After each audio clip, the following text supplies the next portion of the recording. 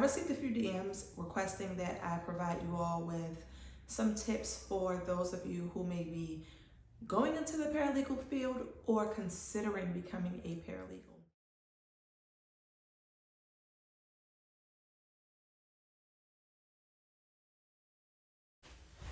Hey guys, thanks for clicking on this video. As you can tell from the title, I am going to give you a few tips to consider before becoming a paralegal. I would like to apologize in advance because I have Invisalign in and I am still getting acclimated to wearing these and speaking with these in. So if there's a small lisp, I'm sorry.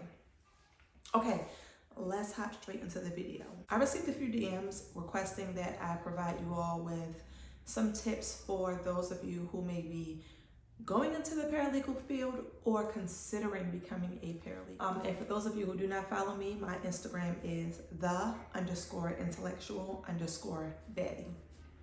Let's get straight into these tips. The first tip that I would suggest is to do an internship.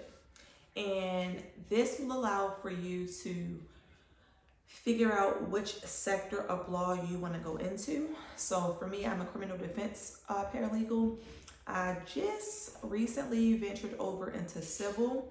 I did start my internship at a state agency, which focuses on felony crimes. So it's like crim law.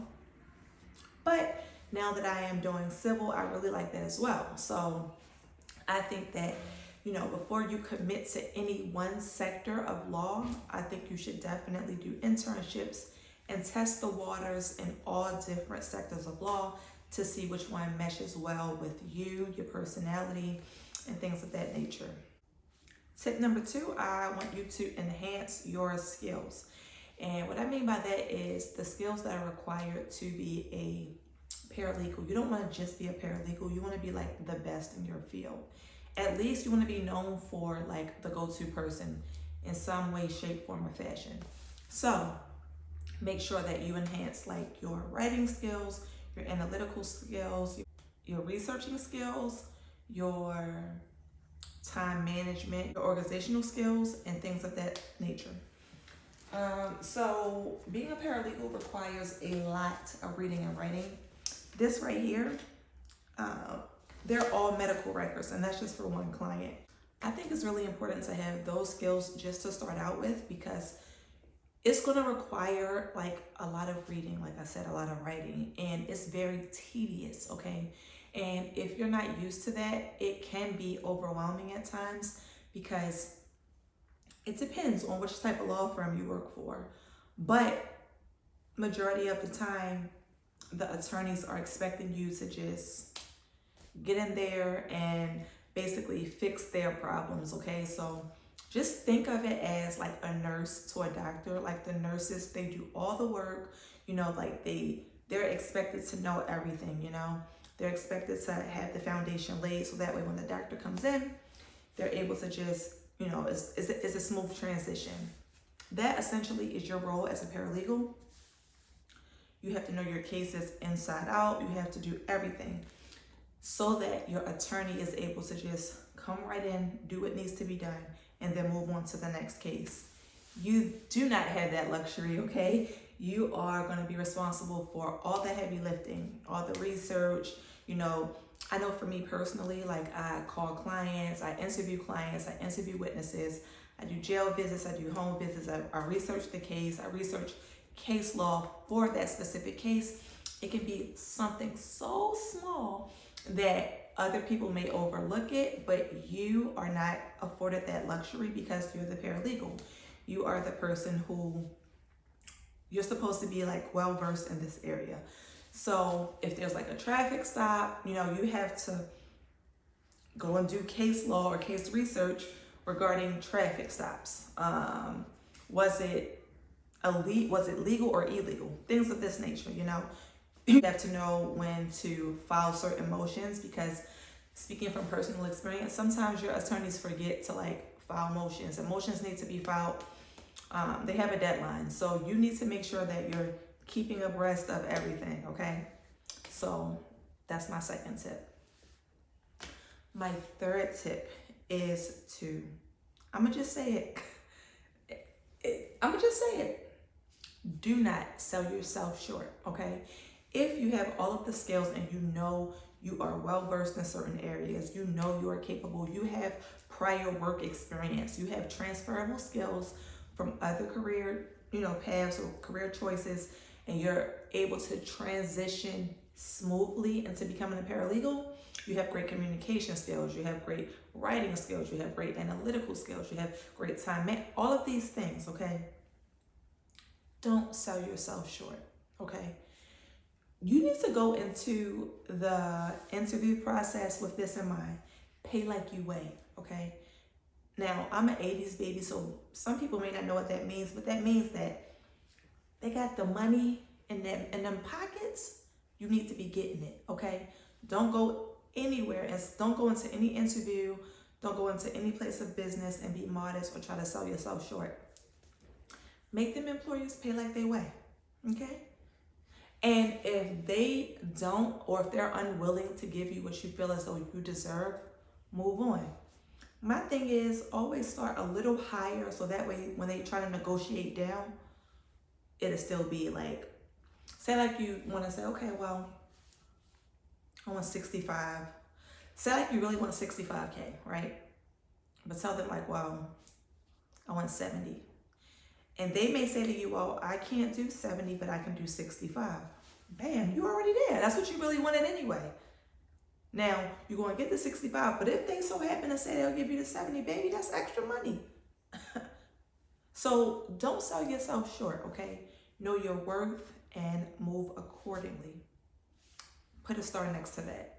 If you're taking notes, put a star right next to that one. Number 4, okay? If you don't have it, try and develop it. I don't believe in fake until you make it, but just develop it, okay? And don't let people see you sweat. So number 4 is you have to have tough skin, okay? Now, I'm gonna say this, and I'm gonna be honest. I work for phenomenal attorneys, both at my state agency and then with the private attorneys that I work for. And I've never really had like an incident where an attorney has spoken to me in a derogatory way or a rude way. Aside from I had one incident where that took place. But overall, in the years in which I've been doing this, it's been 4 or 5 years now, I've never had an egregious interaction with an attorney, okay? But I am telling you, they will try you, okay? And that goes for people in the court system, people at the jails, people that you work with, co-workers who may not even be your immediate supervisor, or maybe he or she is your immediate supervisor, but remember that you can never let people see you sweat. I don't care if you're going through it, okay? Go in the bathroom, get yourself together, and move accordingly, okay? You ever think about the movie like The Devil Wears Prada? You see how she was just always she wasn't well put together, right? She was always frazzled. She was so easy to get worked up. She always looked disheveled, disorganized. But then one day it hit her like she has to get her stuff together. So that's what I would say. Always have your shit together, even if it isn't together, right? Never let people see you sweat. Just develop the thick and tough skin, and eventually you will become that. Just operate as that and you'll become that eventually, okay? Number 5, never stop learning, okay? So this doesn't necessarily mean that you have to go out and obtain a paralegal certificate or another degree or whatever the case may be. But you want to take trainings, even if you want to have a mentor. I believe heavily in mentors. That's actually number 6. But number 5 is continue to learn. If you want to have a mentor, or if you want to have someone who has been on the job longer than you, or if you want to have an attorney who will show you the ropes, you have to make sure that you strategically place yourself in positions where you're able to acquire those things, because you always want to be relevant. You will always want to know which software to use, what's the best way to take notes. You just want to always know your shit, you know? Just kind of already covered a number 5. Get great mentors, okay? You have to have great mentors, okay? So for me, I've been very fortunate and very blessed to have coworkers who are paralegals or who may be like admins, who when I initially started out, they helped me. And they helped me because they saw that I was extremely dedicated to my job and my position and my role in the agency. And so even as an intern, I worked as if I was getting paid. Child, I wasn't getting that one penny, okay? But the educational value that I gained, I felt like that was payment. And my work reflected that, which is why I was hired permanently, okay? Like, you need to make sure that you go out here, and even if it's not for the agency or the firm or whatever, it's for you, okay? Because once you learn and obtain the knowledge, it cannot be taken from you. And then you can take that and you can continue to double up, double up, double up. And when you take your talents down to South Beach and you go to a different firm or a different agency, you will have those skills, okay? And then at that agency, you do the same thing. You double up, you learn, you grow, you learn, you grow, and you continue that trajectory throughout your career. Also, I've been blessed with phenomenal attorneys, okay? I can't stress that enough. Both in this agency and in the private sector, they show me so much, okay? Like, so I'm a very like observant person. So I watch and I see the energies or the characteristic traits of the people that I know my personality type would mesh well with. Not only my personality type, but my career path, okay? So ultimately my goal is to become an attorney and then a judge, right? And so I look for people who I feel could best assist me on that road, meaning they can teach me things. They are kind people. They are super intelligent. They're well versed in their craft. Baby, look, God has been blessing me, okay, while being in this position. God has blessed me to be in a position where I have those people. So when I initially started out at my agency, I quickly was able to identify who would best suit me, right? And so from that, I gained 2 mentors. One of my mentors has since gone on. He now has his own firm or his own practice. And my other mentor has now gone on, and she is now a sitting judge. And so we still keep in contact. One of them I work for as he's a private attorney, like I said, so I still do work for him. And my other mentor, she and I still communicate frequently, as she is now a sitting judge, okay? And so my mentor's mentor now mentors me because he's still at the agency. And let me tell you, I have learned a plethora of things, okay? Like a plethora of things. I'm here in Maryland and I work for one of like the top attorneys up and coming, okay? He's like the bomb. But now I'm also being mentored by his previous mentor. And let me tell you, honey, it is like a phenomenal feeling, okay? Now, this part that I'm about to say may not resonate with everyone, but me being a double minority, Black female, and gaining or acquiring wisdom from like a plethora of knowledge from all different kinds and sorts of attorneys and people is absolutely phenomenal. I have one white male mentor, and when I say like the absolute best, okay, like the best, just think about DJ Khaled and just keep saying to yourself, we the best. Yeah, like that.